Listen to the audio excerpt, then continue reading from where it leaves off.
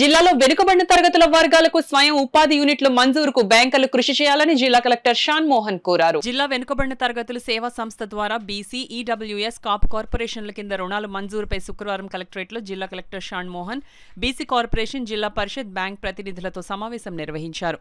వెనుకబడిన తరగతుల కార్యాచరణ ప్రణాళికలో భాగంగా స్వయం ఉపాధి పథకాల మంజూరుకు బ్యాంకులు చేపట్టవలసిన చర్యలపై జిల్లా కలెక్టర్ అధికారులతో కలిసి చర్చించారు. ఈ సందర్భంగా జిల్లా కలెక్టర్ షాన్ మోహన్ మాట్లాడుతూ జిల్లాలో బీసీ కార్పొరేషన్, ఈడబ్ల్యూఎస్, కాపు కార్పొరేషన్ల ద్వారా స్వయం ఉపాధి యూనిట్ల మంజూరుకు సంబంధించి గత మార్చి నెల 10 నుంచి 25వ తేదీ వరకు లబ్ధిదారులు ఆన్లైన్లో దరఖాస్తు స్వీకరించగా సుమారుగా 57,000 దరఖాస్తులు అందినట్లు జిల్లా కలెక్టర్ తెలిపారు. స్వయం ఉపాధి యూనిట్లు జనరిక్ మెడికల్ షాపులు, ఎంఎస్ఎంఈ గ్రూపులకు మేదర, కుమ్మరి, శాలివాహన వర్గాల వారికి ఆర్థిక సహాయం అందించే లక్ష్యంతో రాష్ట్ర ప్రభుత్వం ఈ నెల 11న జ్యోతిబా పూలే జయంతి సందర్భంగా రుణాలు మంజూరు ప్రక్రియను ప్రారంభించనున్నదన్నారు.